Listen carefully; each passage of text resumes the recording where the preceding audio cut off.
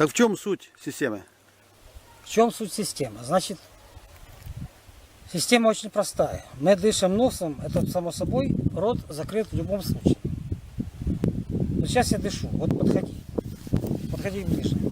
И внимательно не только смотри, а слушай. Главное слушай. Вот.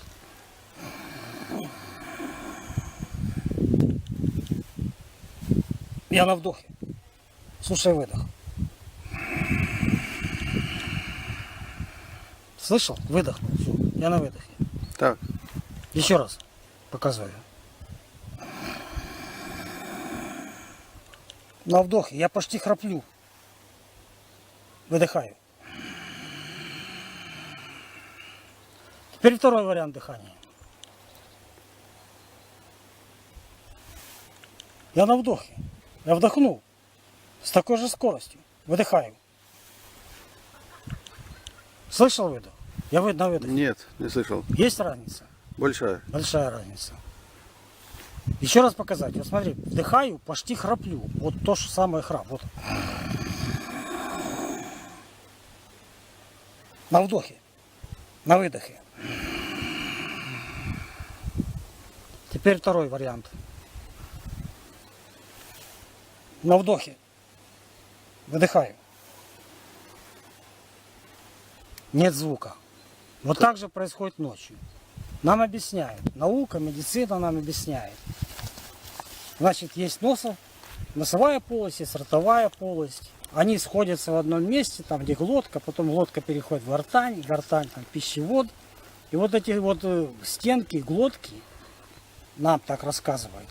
Когда в состоянии бодрствования наш мозг держит определенный тонус этих стенок, мышцы, да, тогда нормально воздух проходит, мы не слышим никаких звуков. А когда ночью мозг отдыхает, эти стенки, мышцы стенок расслабляются, они сужаются, они почти касаются друг друга.